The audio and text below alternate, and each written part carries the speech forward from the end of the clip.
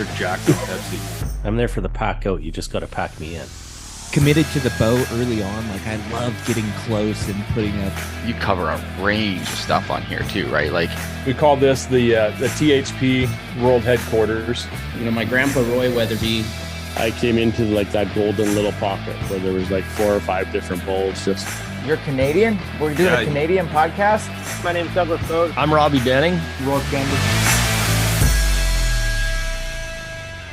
But yeah, it's pretty tough. And like on our hunt and like with everything going on with Pete, when he hears that whack, I know it's going to be complete addiction because I know that's how it is for me. Every time I hear that whack, I'm like, hell yeah. It's like, you just that know is what that it's about. You know that it's good. And yeah, it's like the that's best what it's feeling about. in the world. That whack. Yeah. You know, that seeing that arrow hit.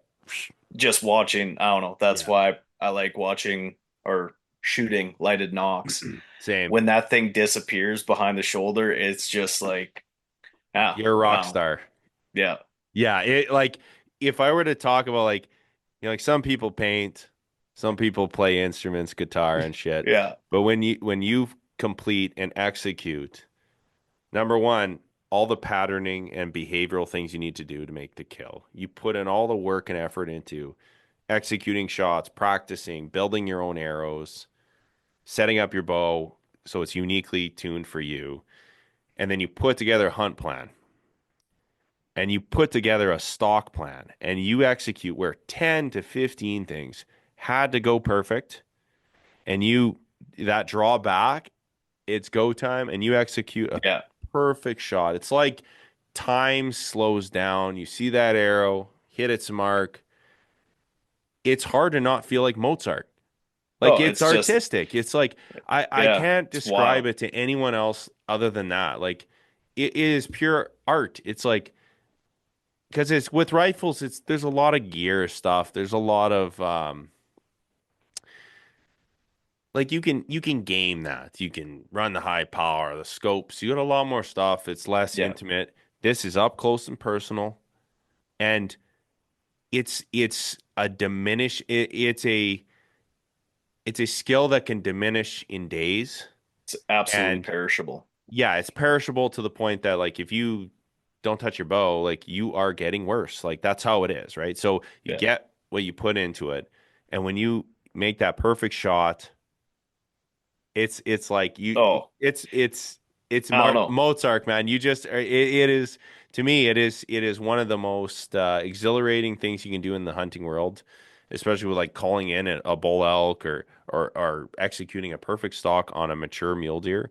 That is the apex of hunting. I don't know. Or like even break down this. Like talk to me about, and this is the one thing that I'm so fascinated because I'm mostly like I've shot lots of whitetail as a kid, but it's open range stuff. It's a lot of you're truck hunting, you're driving around, you glass them up, you're going in the field and you're coming at them.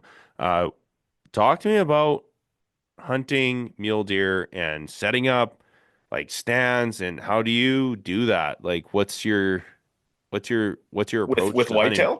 Whitetail with a bow, yeah. Man, I could relate it to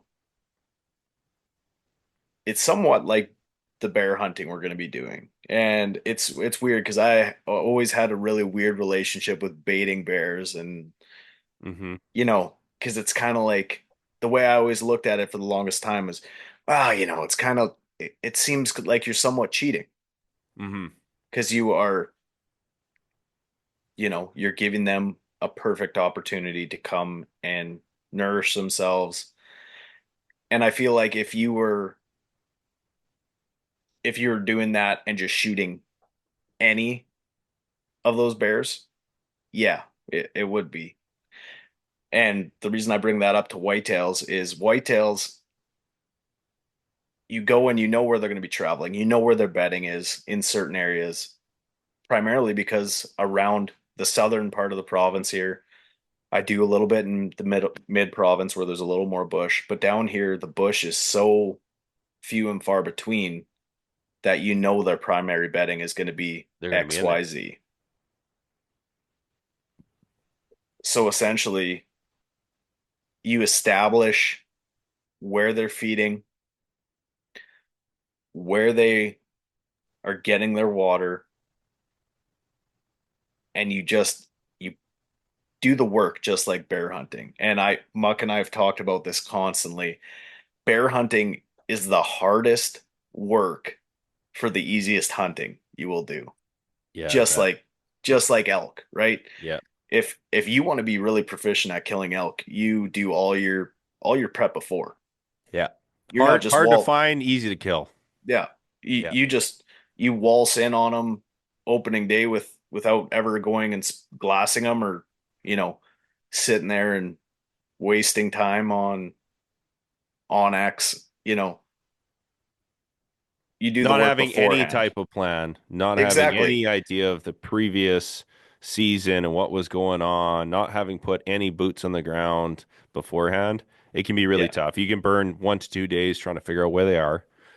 And once you do that, then you start to hunt. And then that can Yeah. get kind of difficult too, right? Because it's going to change because other people are in on them.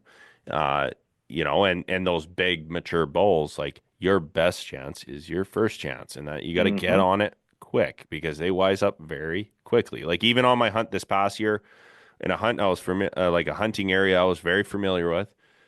Get the second or third day, like they start sensing and feeling that pressure. Like you're saying, like putting a little bit of front end work, locate them, Yep. make a plan. And one thing I do with running cameras is you figure out if a spot is even viable or worth your time, Yeah. right? And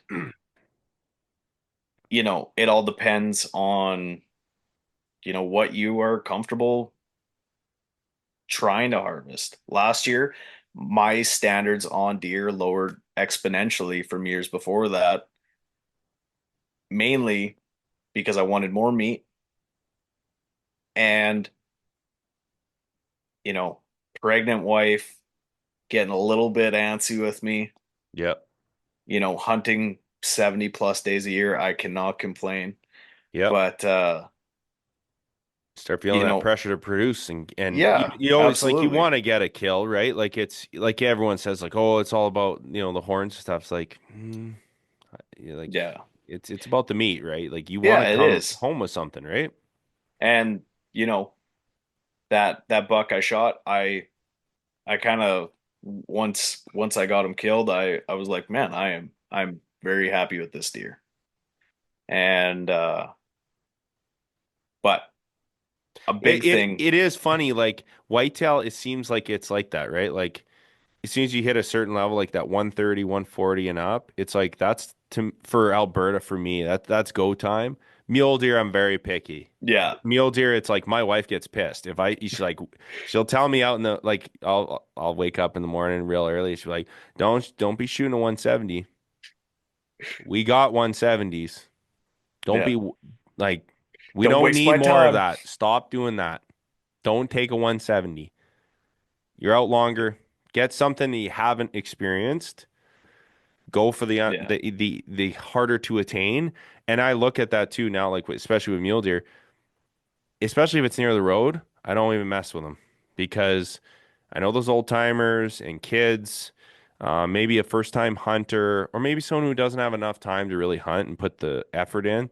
It's like I'm gonna go for those 190s, those 200s that are way back there. yeah, I'm gonna save those deer. I even try to not bump them because that could be a good experience for a young person and come up and they shoot a 170. That's a wicked buck or like 160 plus anything like yeah, that.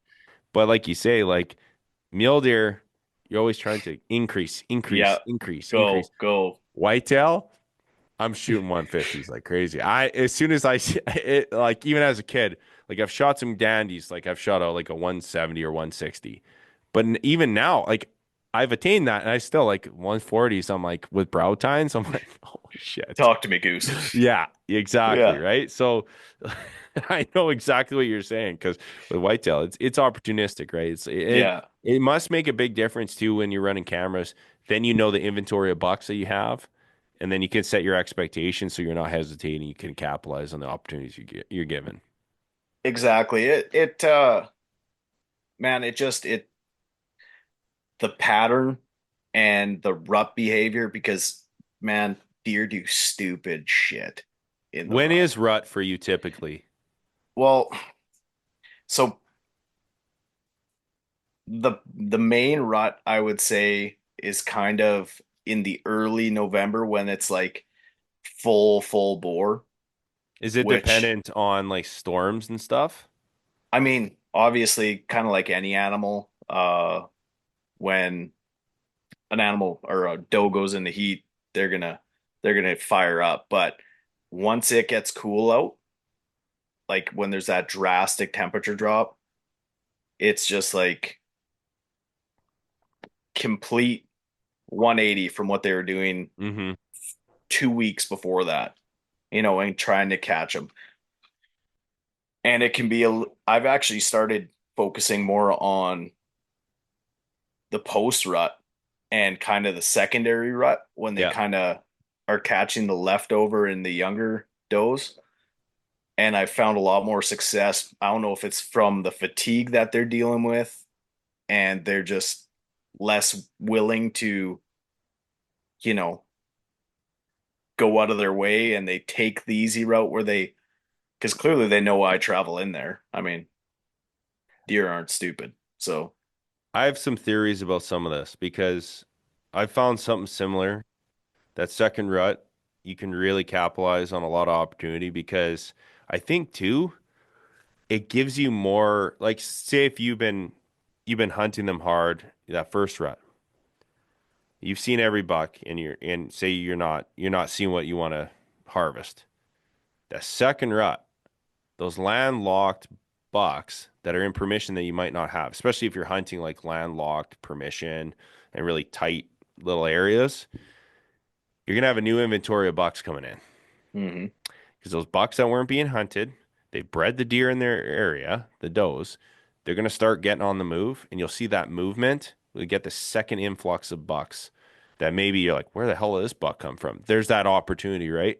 And so that's what I've found is like that second, like maybe you have a storm come in or, a high pressure front coming in, something that initiates a secondary change, like something that changed. Then Yeah. you have that big uptick of rut activity again where they're on the move again, they're moving around, Yeah. and then you start seeing that secondary rut creep in and then those bigger bucks. And even like talking with guys from like top notch and taxidermies that I know, like really good friends with them. I have asked like what's the thing? It's like first week, opening day, because they're profiled, and then that last week you see some absolute giants get killed Yeah. because no permission bucks, they're now in your area. Absolutely. Yeah, I've never really thought about it, but that makes so much sense Yeah. for what they do. But yeah, That that's a must be like that's a pro tip right there. in Alberta, I think that's what's going on because in a lot of the areas where you're hunting, especially in the southern end of the province, like typically whitetail, you got a lot of coulee systems. So that like there can be quite a bit out in the open, but typically those animals are hunted really hard. So then what you'll see is like this really exclusive permission, like prime areas for hunting. If the landowner didn't go in there and blow them up, they'll sit there, and you even see this for mule deer. Yeah. You'll see absolute mega giants come out of there because they've bred everything. They've seen everything that they're tired of being in that area, and they start wandering. And they start getting vulnerable because there'll be some other non-dominant buck in the area, and they'll just start creeping to challenge them with Yep. aggression, right? So like 100%. they've hunted this area. Well, now you have another buck. He'll pick up on that scent, that movement, everything going on, and then he'll bump over to that area, and it could be in your hunting area, right? So you can use that too, where if there's other bucks in the area, that's when you start rattling them in, I grunting was them. I was gonna say the other reason is kind of the the fact that you can call them like they are almost like elk in the little bit later stage of September, Yeah. where their tolerance and their patience for a bull being that close is Yeah. like None. Zero. boom, crayons are snapped. Yeah. Who's here?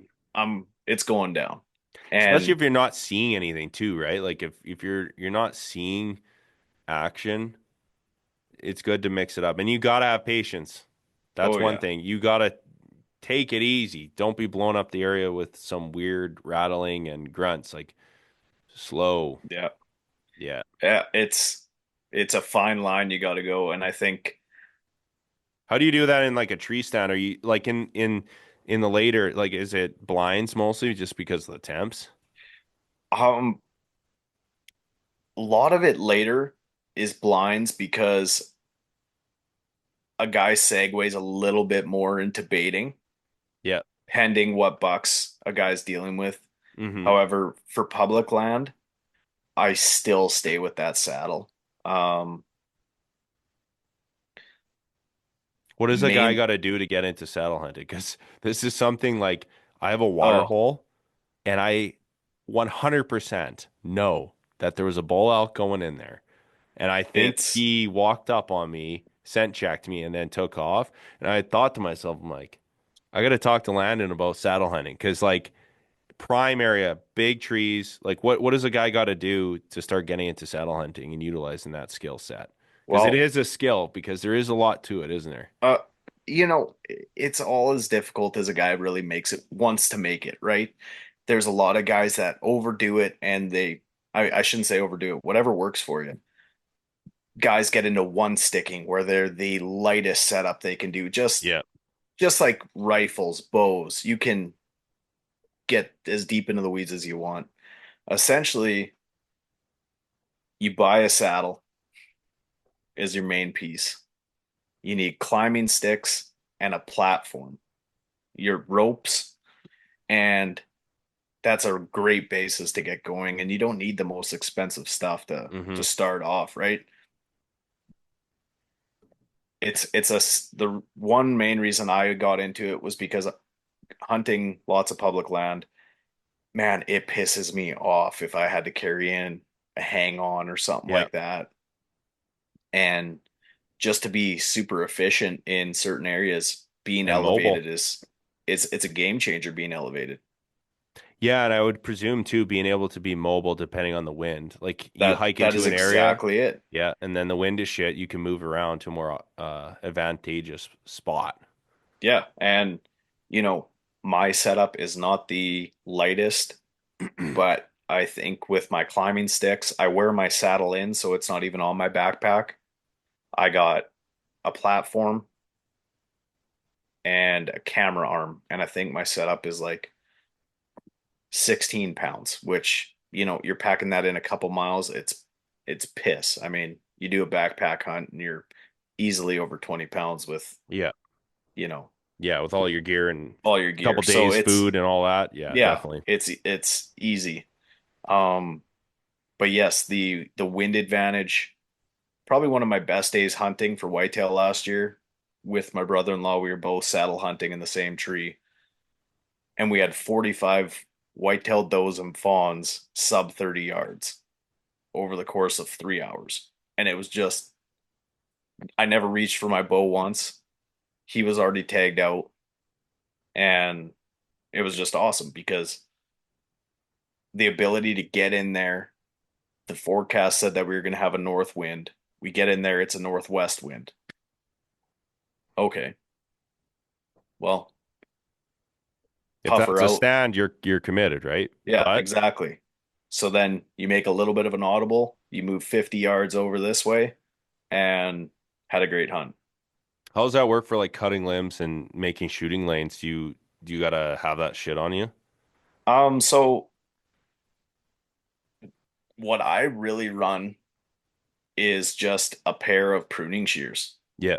And, you know, they're no heavier than a pair of tin snips, right? So it you just do the little hangers, and any of the bigger limbs that you have to get over, you just Hmm. disconnect, throw over, and you can always run a second line if someone is, you can have 100% tie off, let's say, if you're a guy that gets a little bit nervous and at elevation, like Yeah. like yourself climbing hundreds of feet in the air.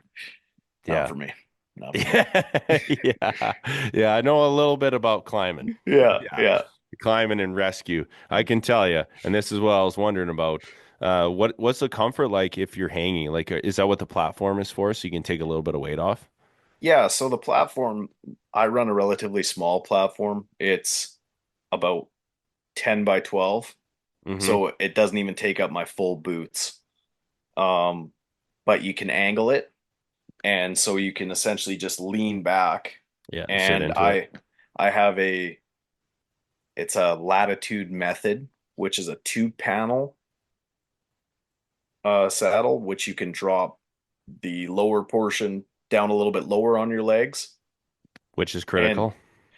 raise the back up to give you a little bit of, and you can just kind of change it around so you can also sit down in the Mm-hmm. saddle with your legs bent at a 90-degree angle with your knees up against it, and you can wear knee pads or I just take a thermal pad and bungee cord it around where my knees rest. And man, I mean, you can pass out in that son bitch if if you Yeah, have because to. like I have experience with this, like rappelling and stuff. Some harnesses, oh my goodness, it's Yeah, bad. You might as th- well be being hung from your groin. some Like hip I did pinch and like a rappelling qualifier a little while ago, and I had a new harness, and they're lightweight. That's why I say like lightweight isn't always the best when you're talking hmm about harnesses. Make sure that you have some sort of padding and that you can pull the leg straps underneath your ass a little bit so it gets up in your leg because then you yeah, can get you where you can sit into it. And like we use positioning lanyards at work all the time. That positioner should be in a position where so you can sit and have your hips partially supported so you have a good anchor so you're in balance. I yeah, I deal with it all the time because when we're trying to do hands free and you're in like a tower section, you're having to like lean over and do dynamic things hands yeah, free. You have to be rock solid. And I would presume that's exactly the type of setup that you have is you're looking for a harness that's got some padding. It can come down your leg, be adjustable to the back. So once you're done climbing into position, you can anchor it high up on your back so you can lean back and actually shoot a bow. yeah. Um, what other And things and little pro tips do you have for like picking the right harness or setup? Like as far what is a good fitting harness? What things are you looking for?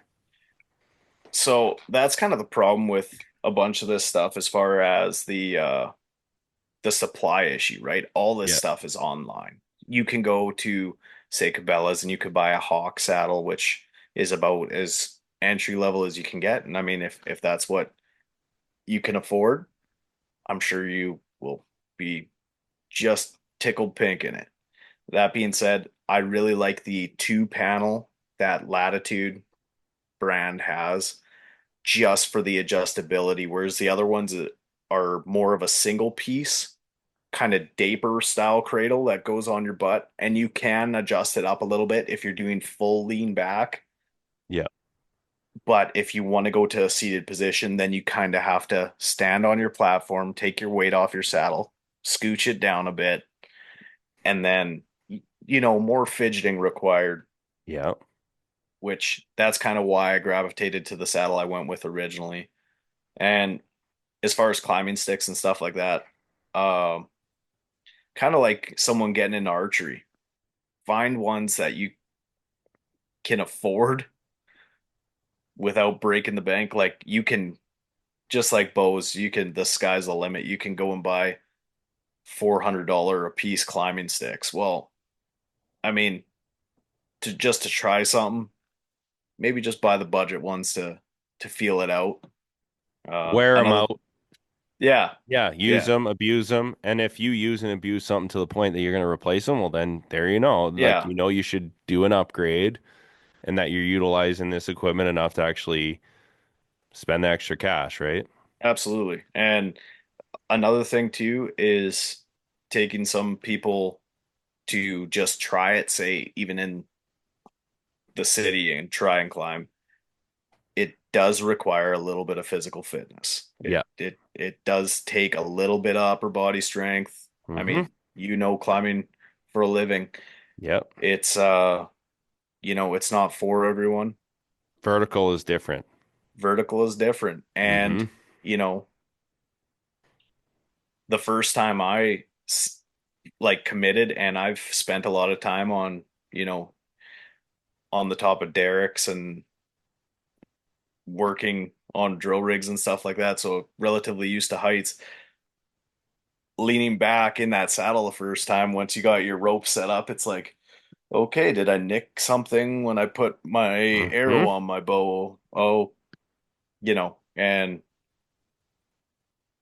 so that's some things to consider, but Yeah, they're definitely, especially like with harnesses and climbing gear, there is a uh, process-driven approach you need to have with anything like that because it is safety equipment. So you do need to be doing before use inspections. You can't be slacking off on that stuff. You need to be checking your webbing, checking if there's any type of abrasion occurring, taking those hot spots, protecting those areas, whether it's rope sleeves or looking at the stitching of your harness, protecting it. Like obviously you're hunting, so you're going to have it away from smell, but like you can't get gasoline on it.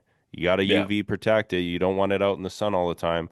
Like this stuff is important because the last thing you need is for you to overlook something and then potentially slip or fall, and that harness needs to be able to save you, right? And it yeah, doesn't take very much for it to exert a lot of force on you.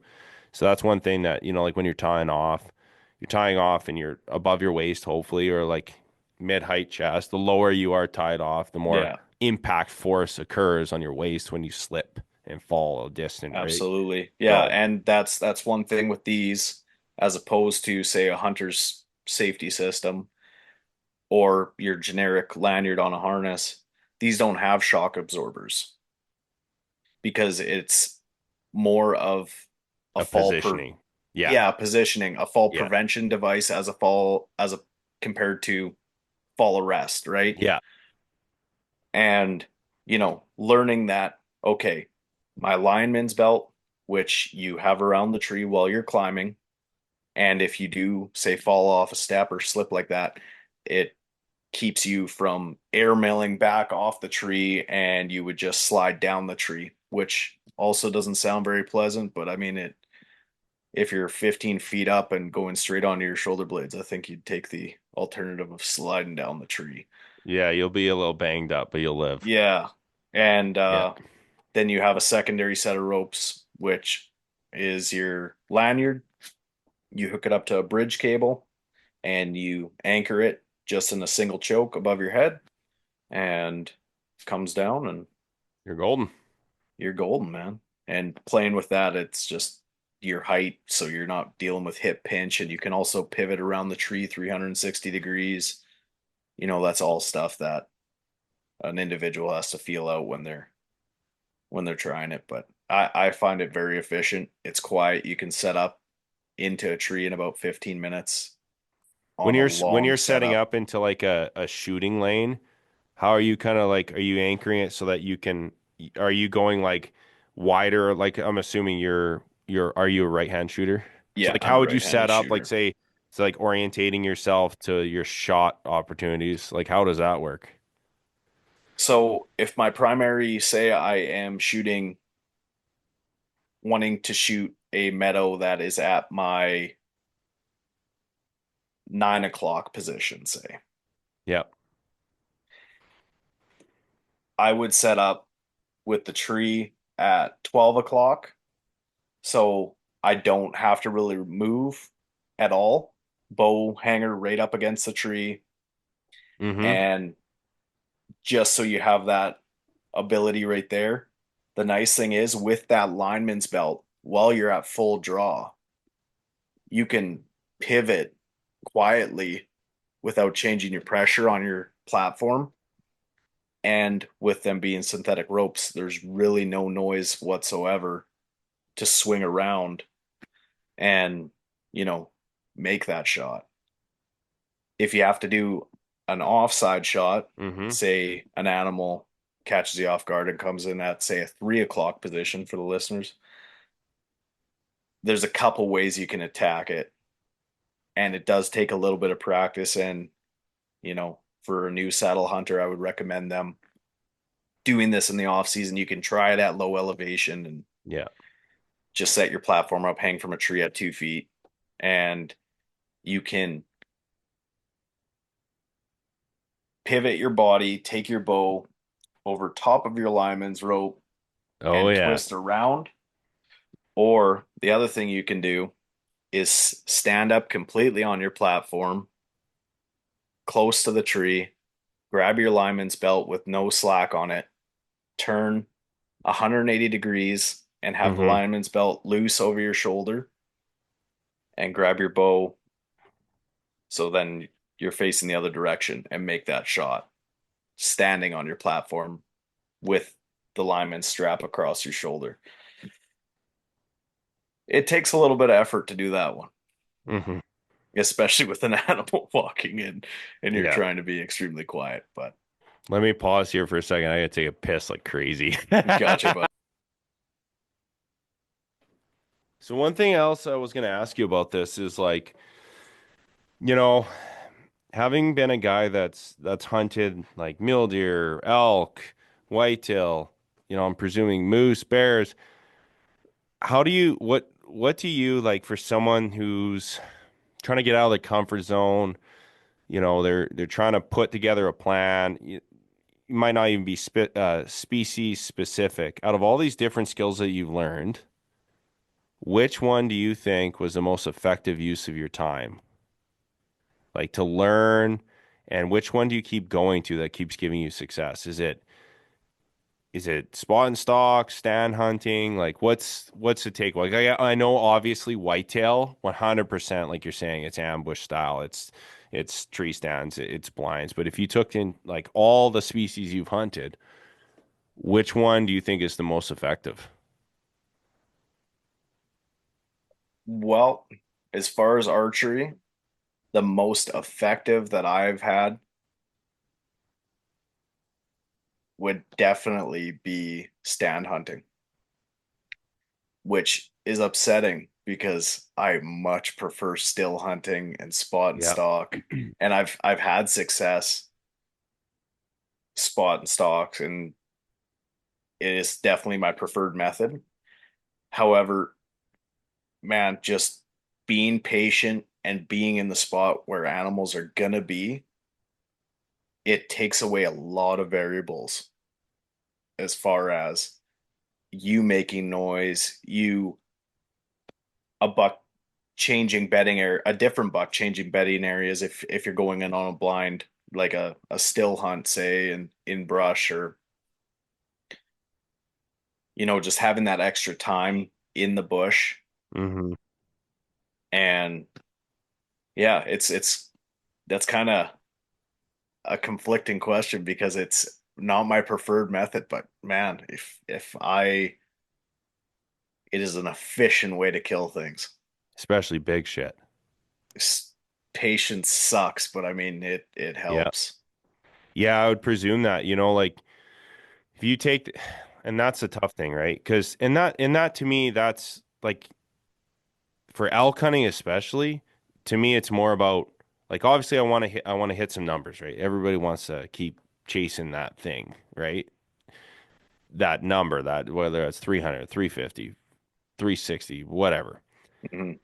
But it's more about the experience of the hunt. But when you get into like deer, if you really want to target the biggest animals, you got to just look at what works, right? And not romanticize it too much to the point of like mule deer, especially like the spawn stock, it works. But if I could hunt in a stand, that's a huge advantage, especially Yeah. if you're the type of person who's going to put the work in and profile the animals, because then you're not busting them. You might wind them a little, like there's the chance, but that is probably, like you say, the best, like for utilizing all the different variables that you can't Hmm. control. You have the element of surprise. You're not on their level. You do have an advantage with wind. You can sneak some shit in there in the wind, even if the Yeah. wind switches on you for thermals and stuff. Yeah, I'm gonna Yeah. have to start tree stand hunting. That's I mean, it's definitely been efficient, and you know, you still do a lot of the same stuff. Like it's not all just, you know, okay, go check trail cameras. You're Mhm. sitting there and you're spending time well, for me, lots of time in a pickup, looking through a spotting scope, you're seeing what these animals are doing. Like, okay, it's getting to kind of that witching hour. Yeah. This is what they're doing. They are pushing out of bedding. It's drastic temperature drop. Okay, they're taking one of these main corridors, Mm-hmm. and then you plan based around the wind. Is there water in there that's going to give you a little bit of thermal drop, which is weird for you probably because you probably base it more off hills. But if there's a dugout and there's very minimal wind, it is weird how it will pull, just changes things, right? And Yeah. you know, picking all those variables, and yeah, you hang yourself in a tree and you shoot shit. It's efficient. Yeah. Yeah. It's man, this podcast is going everywhere, man. I'm gonna I'm have to do sorry. 2 parts. It's awesome. Yeah. No, it's a Oh, lot of geez. what about because I have a lot of questions on this because I'm this is a prime example of why I wanted to do the show because talking like individuals like yourself that are utilizing vastly different skills than I am, and I know it could up my game on a couple of things. It's awesome to hear this uh insight into this. So like I know the biggest thing that I've heard that like when people are trying to really like build their plan, like they have strategically placed stands and blinds and whatnot. Um, are you strictly like what are you strictly mapping your approach depending on wind? And then if so, how do you determine like is it camera when they're hitting cameras or like do you go in there during the day or like how do you choose when you're going in and out? Because I know that can really determine the success of your hunt is when you're going in and out of stands. So what are like break down just you don't have to give your secrets, but just give down like some just basic tips. If someone knew nothing, what's kind of the rules? You know, so the the main thing that I go off of, and most hunters would know this, deer, elk, most of these critters, they like being cool when it's hot in the middle of the day. Yeah. So I find if you know that bedding area, like if you have an idea where that bedding area is, you don't even have to know specifically where it is. If you can play the wind on your approach to the general location that you want to get to and not blow out and crop dust that bedding area. I mean, I've had elk, whitetail, mule deer walk in behind me without a concern about ground scent. And I know lots of people get hung up on ground scent and stuff like that. So are you a rubber boot guy? Am I? No. No. I wear a standard pair of hunting boots unless she's like rain or Mm-hmm. cold. That's the only time the rubber boots come out. I truly don't. I mean, do I go and change the oil on my Cummins in my hunting clothes? No. No. But I also am not a guy that sits there and does the scent check stuff and, covers my stuff in scent cover up. I think you play the wind on your approach and your setup. That is the main thing. And knowing more so the travel corridors that they want to take so they're not going to catch your wind. Those are some of the key things that I look for with which tree to set up in. Approach, go the long way, don't go the easy way, Yep. go the extra distance, walk that extra 300 yards and then cut in as opposed Yeah, to, oh, directly. I can take this trail that's here. No, walk to the end of the quarter, go in off the edge of private and make your approach that way. Do the little bit extra and it makes a substantial difference. That's a awesome spot to stop, I think. All right, Thanks, man. Landon. This is As always, pleasure talking with you. Thanks for being on the show. This is a lot. This is like a good knowledge dump, dude. This is wicked. I'm gonna have to have you on for just probably some species specific stuff, especially whitetail. That's one thing I know. You've killed a lot of awesome bucks, and doing it with a bow is so difficult.